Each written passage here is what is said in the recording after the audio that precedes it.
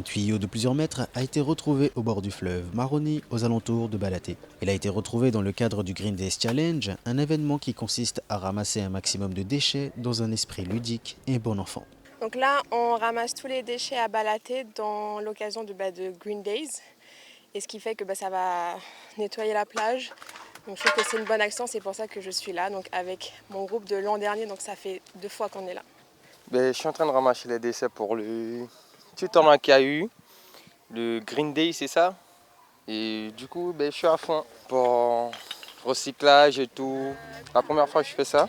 Et du coup, ça a l'air intéressant. Du moins, c'est intéressant et je suis motivé pour. Déterminés à redonner un visage plus propre aux abords du fleuve, les bénévoles n'ont pas ménagé leurs efforts. Leur mobilisation a permis de mettre au jour de nombreux déchets, dont ce large tuyau abandonné. Alors, on vient de trouver une sorte de tuyau au niveau de l'entrée du fleuve qui pèse vraiment lourd. Je trouve ça dommage de trouver un déchet aussi grand de taille au niveau du fleuve.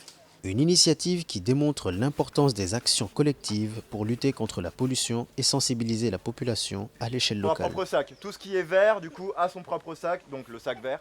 On est sur des événements qui arrivent à des moments donnés, mais on a besoin de travailler beaucoup plus longtemps, de manière beaucoup plus récurrente. Donc nos événements, pour l'instant, on fait des événements donc, annuels, mais l'idée c'est de travailler avec des acteurs locaux. À chaque fois on le fait, des associations ou des organismes qui eux sont là sur place tout le temps et qui continuent derrière à maintenir ce mouvement de nettoyage, de sensibilisation. Donc c'est important de pouvoir travailler avec ces acteurs locaux.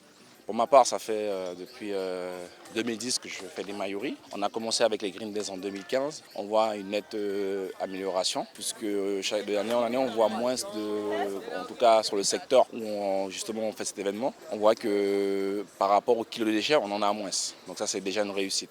Au total, 44 participants ont été présents et ensemble, ils ont ramassé plus de 318 kg de déchets, témoignant d'un engagement fort pour la préservation de leur environnement.